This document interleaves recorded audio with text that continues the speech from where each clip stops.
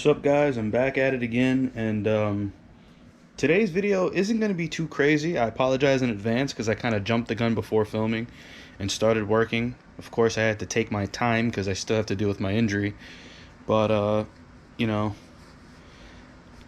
it's been all right so far with what I'm doing today. Today's a AC delete. Now, just a little warning. You can't just disconnect things because you're going to let refrigerant out into the atmosphere. That's a big federal no-no for all of you sitting at home. So get your systems evacuated before you start doing anything. Get all the refrigerant evacuated out of the system, and then you can go to town with disassembly. So without further ado, let's hop into it. Now, like I said before, sorry in advance, but I got, a little carried away. Now, I had to take off the grill to access the condenser bolts that are, one right here and one on the opposite side. Hooked to this, I guess you could say, L bracket that connects to the top of the condenser. Not sure if there's any other connections, but so far I don't think there is. Had to take off these 12mm bolts that hold on this radiator bracket on both sides. Took out a bracket that sits underneath the AC compressor directly. So this compressor's on its side right now, but you guys hopefully get the gist. If I could just grab this, drag it. So you have your connection on top for one of your hoses, and you have a connection on the side for one of your hoses. The bracket, you have two long 14s. You also have a short stubby 14 that goes into the top of the block. That 14 goes right here behind the dipstick. And on your alternator bracket, these two bottom holes are where those long 14s go, and at the top of the bracket there are two long 14s that go up there as well. So you're gonna kind of have to maneuver around the dipstick, maneuver between, kind of hard to see, but between the area of the pipe that runs here, this coolant pipe, and the intake manifold in order to get in there with a tool and get a 14 on there and loosen it.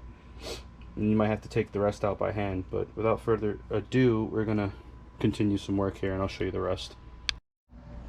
So this is a condenser outside of the car. So after a lot of struggling and a lot of finagling, it really helps to have another person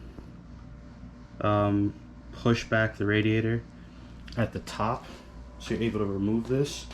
There's this nub that's going to be on the passenger side frame rail that goes up to this portion, this piece. I believe it goes into what they call a receiver dryer, and you could easily bend this line afterwards.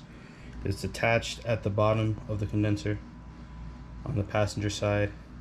You could bend this to go under all your intake stuff and whatever else is in the way, and have it like kind of swan or crane, I guess, like bent like this, coming back out. And then you could just lift this up as an assembly.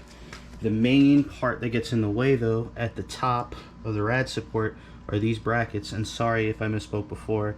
I think I mentioned these were 12s. They're actually 10mm. And those bolts go right next to the headlights. That's why you have to remove the grill in order to access these bolts on both sides. And I just left this hose attached on this side, just to pull it out easier. But like I said, it helped 100% when I asked somebody else for assistance. So I'm going to show you guys the next part.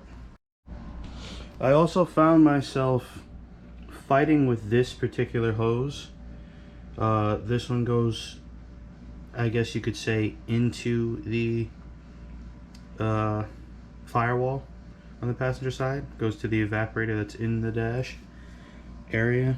And I just used an open-ended wrench, adjustable wrench, so I'm not really sure of the size of that nut I'm gonna say maybe 24 millimeter, don't quote me on that. So I crack that open, and on this rubber grommet piece right here in the center, which sits where the dog bone slash pitch stop transmission mount sits, right behind the throttle body. It's just a 10 millimeter bolt that goes through there, and then you just have to check to see if there's any zip ties, because mine was zip tied to the main harness in the engine bay, so I had to cut that zip tie, and then I was able to fiddle around and snake this out. You know, it's just more annoying and tedious than anything. So guys, that concludes our video for today for the AC Delete, and we're going to be getting into a few more things on this channel before things start to, I guess, content wise pick back up again. So just stay tuned. Let me know what you guys want to see, if you have any requests, whether it be with the Audi or with the GC, and leave a comment down below. Like, share, comment, subscribe, and thanks for watching.